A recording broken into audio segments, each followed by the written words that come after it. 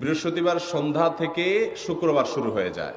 শুক্রবার বা জুমার দিন, এই দিন সম্পর্কে কোরআন এবং হাদিস থেকে ঘেঁটে আমরা 14টা আমলের কথা একটা লম্বা বড় ভিডিওতে বলেছি।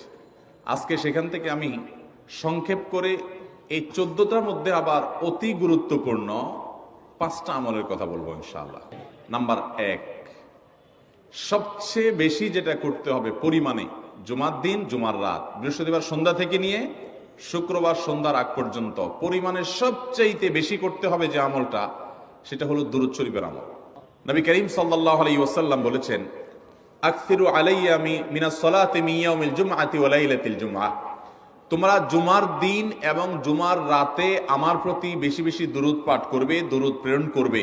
ফা ইন্না সালাতাকুম মা'রুদাতুন আলাই, কারণ তোমরা যে দুরূদ পাঠ করো এটা আমার কাছে পেশ করেন আল্লাহর ফেরেশতারা, এবং রীতিমতো নামধাম সহকারে আল্লাহর একদল ফেরেশতা নিয়োজিত আছে। তারা বলেন, আল্লাহ, হে আল্লাহ রাসূল, আপনার অমুক উম্মত, অমুক অনুসারী, আল্লাহর অমুক বান্দা পৃথিবীর অমুক প্রান্ত থেকে, অমুক দেশ থেকে, অমুকের সন্তান, সে আপনার প্রতি দুরূদ পেশ করেছে জুমার দিনে, জুমার রাতে বা অন্য সময়ে। এটা নবী করিম সাল্লাল্লাহু আলাইহি ওয়াসাল্লামের কাছে রিপোর্ট দেওয়া হয় আল্লাহর নিযুক্ত ফেরেশতাদের মাধ্যমে। এজন্য শুক্রবার এবং শুক্রবার দিন এবং রাত, অর্থাৎ বৃহস্পতিবার সন্ধ্যা থেকে নিয়ে শুক্রবার সন্ধ্যা পর্যন্ত এই 24